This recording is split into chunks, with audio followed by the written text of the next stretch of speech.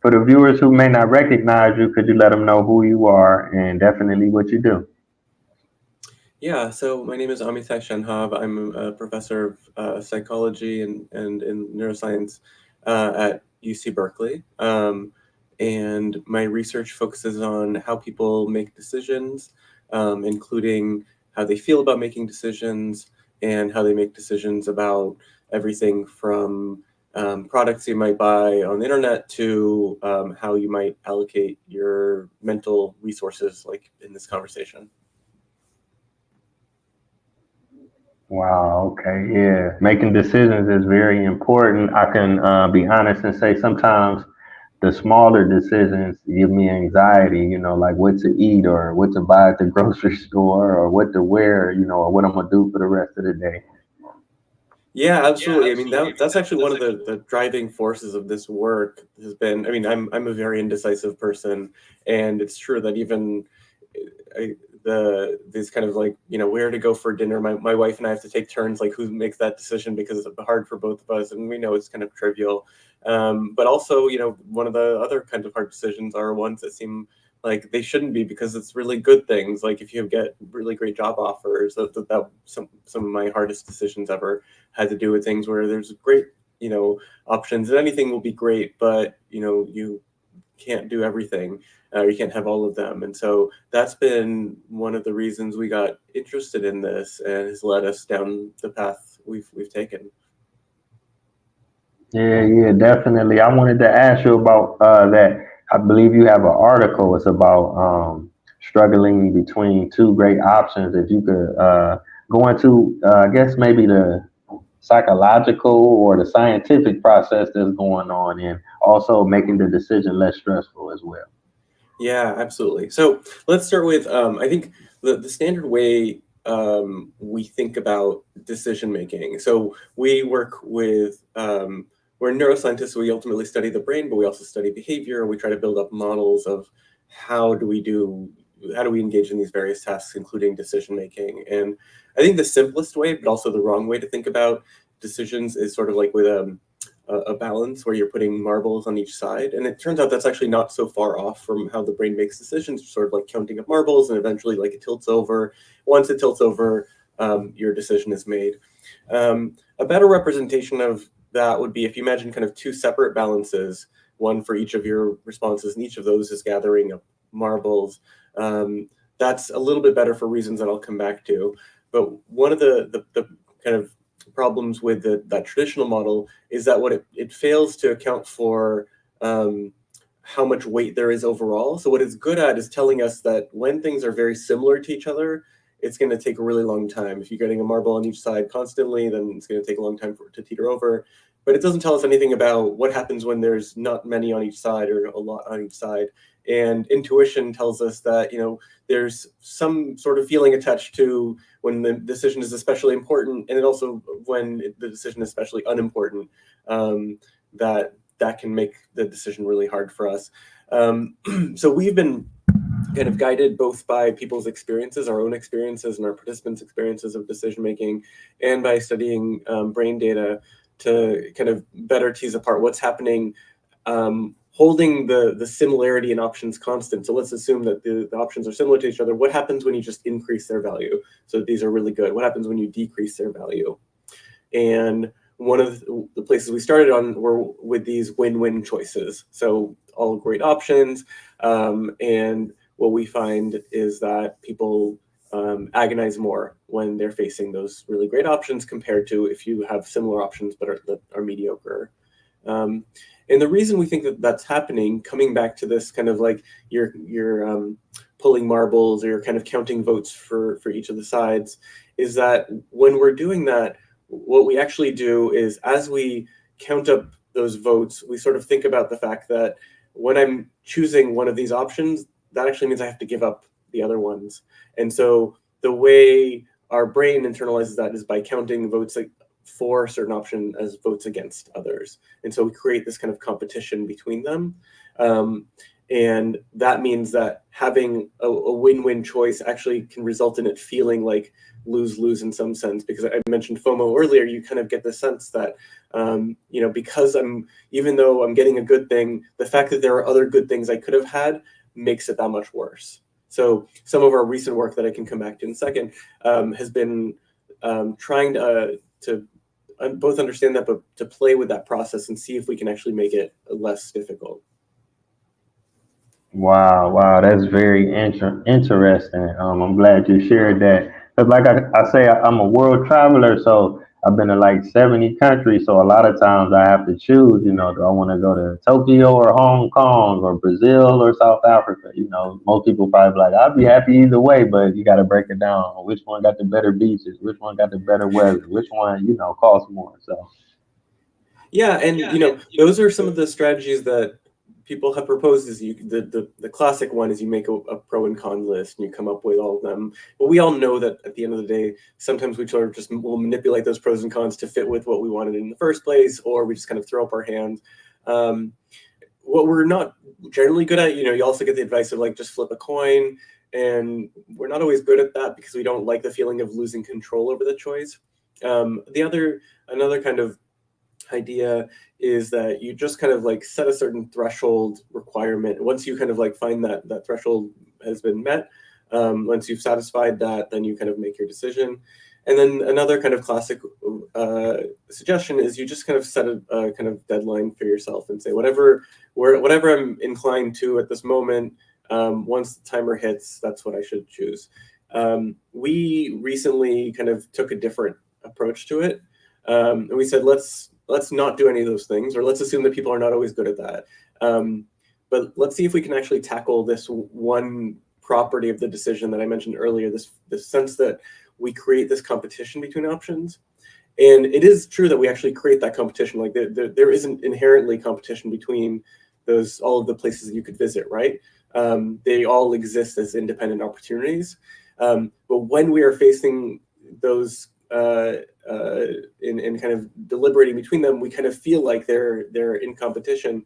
And we asked, well, could we reduce that by making people feel more like they do, or at least I do, when I'm at a buffet?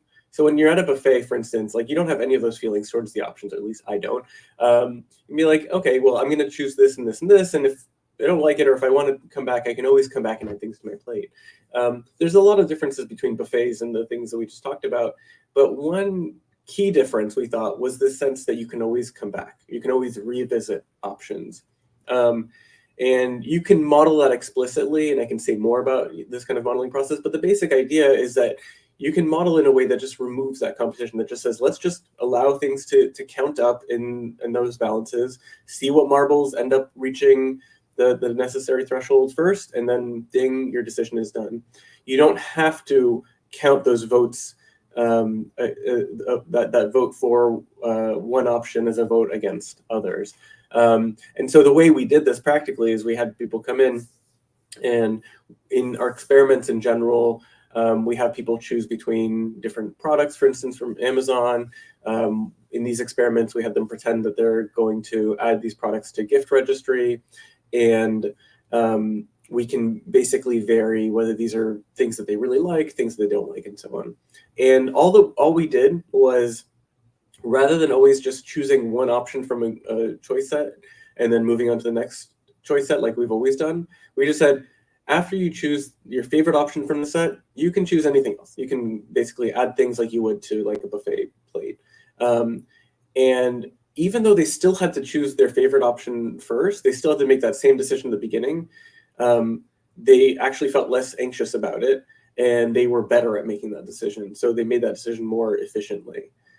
So just giving them that sense that you can always come back for more. So here's my advice to you, Taye, when you're facing these decisions about like which country to go next. Remember, I mean, it sounds like you're a world traveler, so you will have these other opportunities.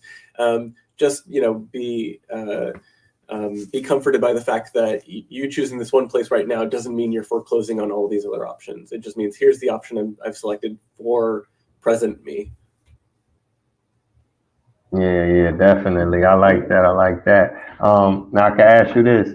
When did you develop this passion for this field of study? Was this something you kind of got into early on in life or later? Yeah, I mean, basically since high school, I've been really passionate about understanding the mind in some form, and it took me a while to figure out what that form would be. So in college, I focused on cognitive science, which was sort of like a tasting menu across different ways of studying the mind. And I took philosophy of mind and learned about computational models. Um, but at the end of the day, what I settled on was that neuroscience was the right kind of grounding for me to study the brain. That was the method. The question, which I think is partly what you're asking, that took a little bit longer to formulate. When I went to grad school, what I knew I wanted to study was how emotions and cognition in general kind of interact, and I found that decision making was this really kind of fascinating test bed for that. And because you can kind of mark a certain point, there is a point where you've made a decision, you give a response, and you can always work backwards from that and see what went into that decision. And so when I started out to really put my finger on like these emotionally difficult decisions, what I focused on was moral judgment. So deciding, if you know the classic trolley dilemma, for instance, deciding, whether it's appropriate, whether you feel okay about sacrificing some number of people in order to save some other number of people. Okay, okay. Now let me see. I wanted to ask you about this. Post pandemic, have you seen a change in, like you say, people you interview and bring in, and also the students in terms of, I guess their willingness to communicate and talk about these types of things, expressing how they feel? Because, it's always been like a stigma to say, I'm feeling kind of like I got anxiety or I'm stressed or, different things that may cause these things. Yeah, it's a really good question. I can't say from our actual experiments because, they're I can't say confidently, but we haven't seen that many changes in trends. But we usually aren't asking them that personal of questions. We're asking them like, how did you feel while you were doing this experiment, when you were making this decision? Um, and we haven't seen much change there. You asked about students. I have seen noticeable changes, of course, in students and the sort of stress that was introduced by the pandemic and by being isolated. Um, and one of the other major focuses of the lab is in the drivers of motivation in general.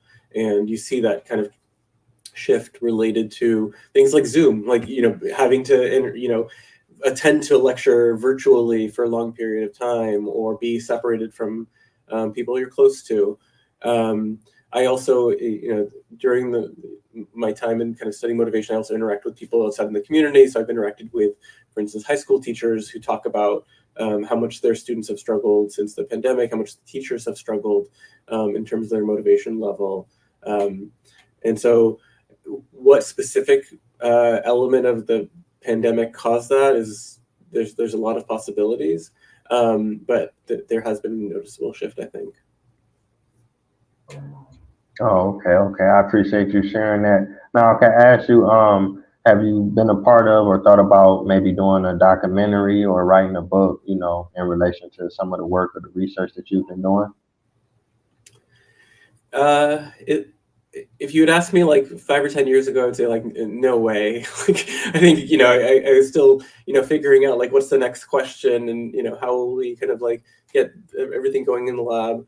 I think more and more now it's a possibility. I can't really commit to anything, but I think at this point I'm able to kind of look back at our work as a whole and see kind of like the broader strokes and the future directions of it, and also how to share with people what useful tips they might apply.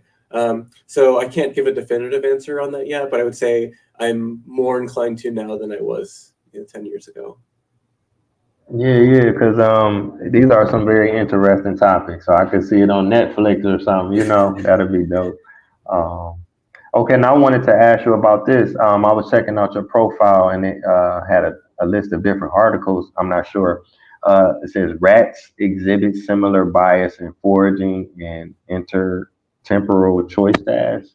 If you could speak about that, because you spoke about inviting people in, interviewing them, dealing with students, but is this something that affects animals? at a very different level. So that was work that was led by a student that I helped mentor, Gary Kane. And so our lab only works with humans, and that's the only population you can kind of directly ask these questions about their subjective experiences. In the study you mentioned and other work that Gary and others have done, you're looking at rats performing decisions that are very similar kind of structurally, but don't involve understanding what their broader experience is. There are some kinds of experiments that try to get at that. In this case, in the case of the studies you mentioned, it was more looking at kind of like how long is a rat willing to wait in order to work or to get a pellet. And so it kind of addressed a different set of questions. Oh, okay. Yeah, that sounds interesting as well. Now I can ask you, are you currently working on any studies or labs right now? Yeah, we always have, at least a dozen projects going on. And at the broadest level, we kind of tackle two main questions. One of them is, how do people make decisions about their cognitive effort, about their mental effort, and what defines that? Like, if you could piece apart the elements of motivation, how do all those come together? What are the pieces? What are the neural structures that help give rise to that? And in that line of work, one of the things we ask about is, how do people think about the potential positive and negative outcomes for their work? So I'll give you an example. When I'm working on writing a paper or putting together an email, whatever it is, the standard view is that the person is there and they're considering the potential reward for completing this task, or how hard they might work, and that reward is sort of driving them to work hard, and in some cases work less hard. But my experience of this, and this is something that's been noted by scholars going back a century, is that you kind of have multiple motivations there. One of them is thinking about like the reward for achieving success in this task, but you're also working hard, or at least I'm often working hard in part because I don't want to let others down, or I don't want to fail at this, and there's sort of these other negative outcomes that sort of linger, that are driving my motivation in that moment. And so we try to understand, to what extent is somebody currently motivated by those potential rewards, like the carrots, and to what extent are they driven by the sticks, the negative outcomes. We're also kind of longer term interested in how that ties in with stress levels. So if you are stressed, or you're more focused on the potential negative outcomes for your work, if you focus, if you're a kind of person who does their tasks more because of those negative outcomes than the positive outcomes, does that lead downstream to, for instance, chronic stress? That's something we haven't tested yet, but that's sort of a long-term question we're interested in. So that's one example. I can give you some more, but I'll stop there. Yeah. No. I mean. Sure. So in that same vein, the other kind of question that we're interested in about when we're thinking about decisions about mental effort and motivation for mental effort is how people conceive of whether their effort matters. So whatever the potential rewards, whatever the potential negative outcomes, if you feel like the task you're doing, the work you put into it, doesn't actually matter for achieving the outcome, then you're going to be less motivated. So an example there is if a student finds that people can get into college because their parents buy their way in, and it doesn't really matter what their grades are, then that student who doesn't have that same either legacy status or that same leg up might feel demotivated, because they might think like, I could put together the best college application and do the most work in high school and it won't matter. Of course, that's not the case, but there is some degree to which that's going to play out in any domain, whether it's college applications or the tasks that we do for our work. Sometimes it's as trivial as like you're having to fill out some form and you might not think that anybody's ever going to read this, but you know that you have to do the work anyways. And so that feeling of effort not necessarily mattering for achieving those outcomes, we think is an important kind of factor in driving how much work people put in. And we've been trying to study how that plays into those kind of tasks I described earlier. Okay. Man, that's really interesting. Now I can ask you this. I don't know if you did any actual research on it or if it's connected, but has the internet and having access to things like Google where you can search different things had an effect on, people's decision making? Like for example, like I'm trying to eat more health consciously. So I'm in the grocery store. I know I got to get food. And then now I'm looking at ingredients and I'm Googling stuff and they got words, no gluten or this and that. What does that mean? Now I got to look this up. So I'm in the grocery store for an hour instead of going in 10 minutes and coming out.